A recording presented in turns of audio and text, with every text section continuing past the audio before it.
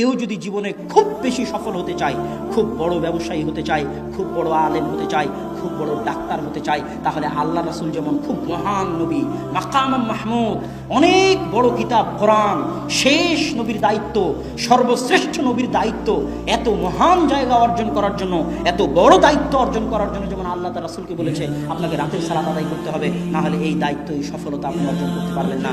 ঠিক প্রত্যেক মানুষের ক্ষেত্রে মানুষ যদি নিজ নিজ জীবনে বড় সফলতা অর্জন করতে চায়, খুব বড় পর্যায়ে পৌঁছতে চায়, তাহলে রাতের সালাতের বিকল্প নাই। রাতের সালাত আপনাকে অনেক দূর এগিয়ে নিয়ে যাবে। এই দিনের মধ্যে কোনো কল্যাণ নাই, সকল কল্যাণ নিহিত আছে সকালে, সকল কল্যাণ, সকল বরকত নিহিত আছে সকালে। আল্লাহ রাসূল বলতেছেন ইন্নাল্লাহা জাআলা লিহাদিহিল উম্মাতাল বারাকাতা ফি বুকুরিহা, আল্লাহ আমার উম্মতের জন্য বরকত রেখেছেন সকালে, আল্লাহ আমার উম্মতের জন্য বরকত রেখেছেন সকালে। ইবনুল কাইয়িম রাহিমাহুল্লাহ বলতেছেন আমরা সালাফে সালিহিনকে দেখেছি লা ইয়ানামুনা বা'দা সালাতিল ফজরি, আমরা সালাফে সালিহিনকে দেখেছি তারা ফজরের সালাতের পরে কখনোই ঘুমাতেন না।